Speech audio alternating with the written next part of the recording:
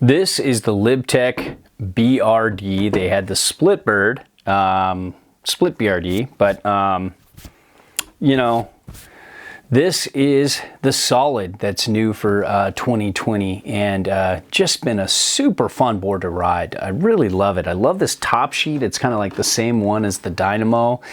Seems to be kind of a new addition this year. We had some time on the wide in powder, and I couldn't believe how quick and responsive it was for size 9s, and then I was worried that getting on the regular 159 for extended demo would not be as much fun. Maybe it was just like more fun as a wide, but actually this is super fun in the right size. I even liked it more. It's very quick, very easy. As you can see, it's got a hell of a lot of nose, just a big ass nose coming into a small tail, decent setback on board. And you know, you can see this side cut. It's just the way this board is designed. It's just very turny, quick, and fun. Great board for trees, but can really open up in, you know, steep, wide open faces too. And just, you know, it's kind of one of those boards that does really well. And then let me kind of show you. It even has a decent bit of magnet traction going on. You know, it seems more on the mellow side, for sure. You can see here, but kind of like the Dynamo's magnet traction, kind of probably the 0.5, not the super aggressive, but it might even be mellower. Maybe they say somewhere, but the B&A Tech magnet traction, whatever that is. But if you lay it down here on the table, oh, I forgot to say. One thing to know about Mervin, they don't look green, but man, they're the greenest by far. A lot of companies are starting to catch up, which is a great thing, but these guys really do green at a level that nobody else does. And check all their tech. I could talk about it for hours, so I'm not going to, but I'm just going to give you that statement, and then you know, go check it out and see what they're doing. They're to the point where there's really almost nothing that's toxic on this board, and the construction process isn't toxic. These boards just, you know, don't kill anybody when they're being made, and then everything kind of goes to, you know, it's a zero waste facility too, and it's made in the U.S. But let's look at this camber profile. One of my favorite camber profiles of their C3. You can see, you know, there's a little bit of early rise in the tail. It kind of reminds me of the box knife.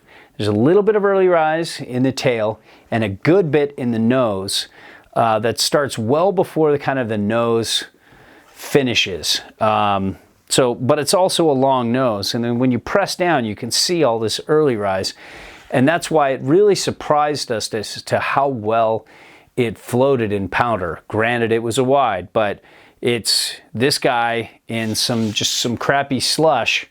I could just tell, you know, and we'll get into it shortly, just how well this will do. But then you still have the spring, a good bit of camber underfoot going well past the bindings in each section.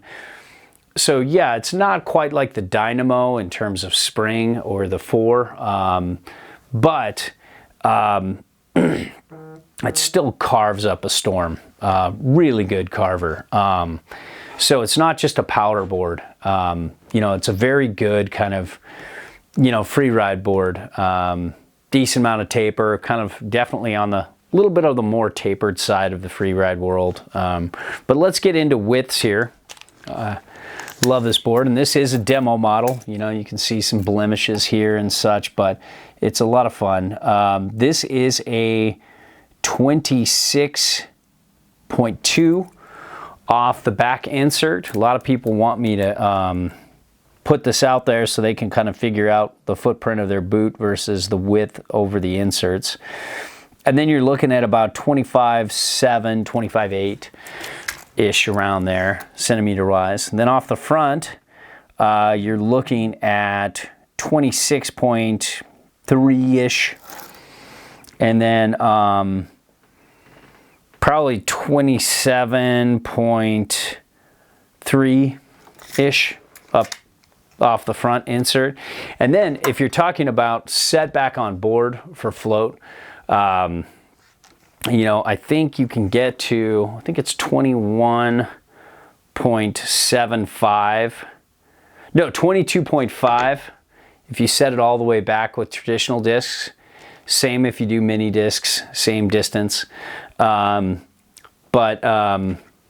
know, that's not bad. I'd probably move this one, slide this one a little bit, get closer to 22-ish, 22. But then if you measure the difference between the nose to the back insert and the tail to the back insert, you're looking at 7.25-ish inches, maybe a little more, but right around there.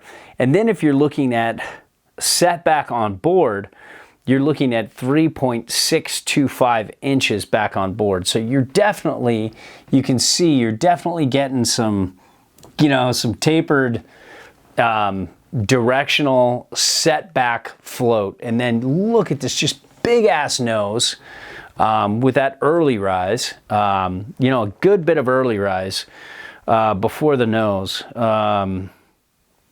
Probably the camber kind of ends and flattens out right there, right along here, but then starts to transition up. So a lot of nose, big floaty nose, little tail, good setback on board. It just like ticks all the boxes for a great daily tapered directional driver, but also one that's just going to jam and powder.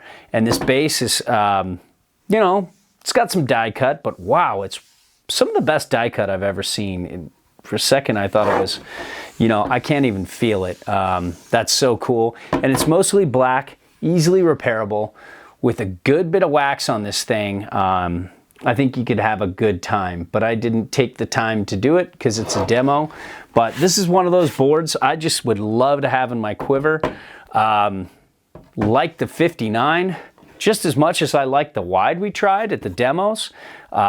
Even more so, I like this. It's just such a quick turner, carves groomers, floats and powder.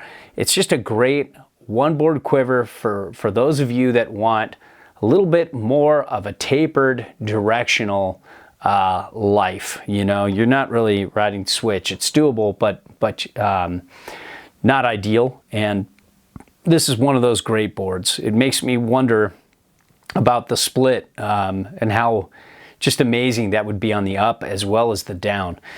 So there you have it, the Lib Bird.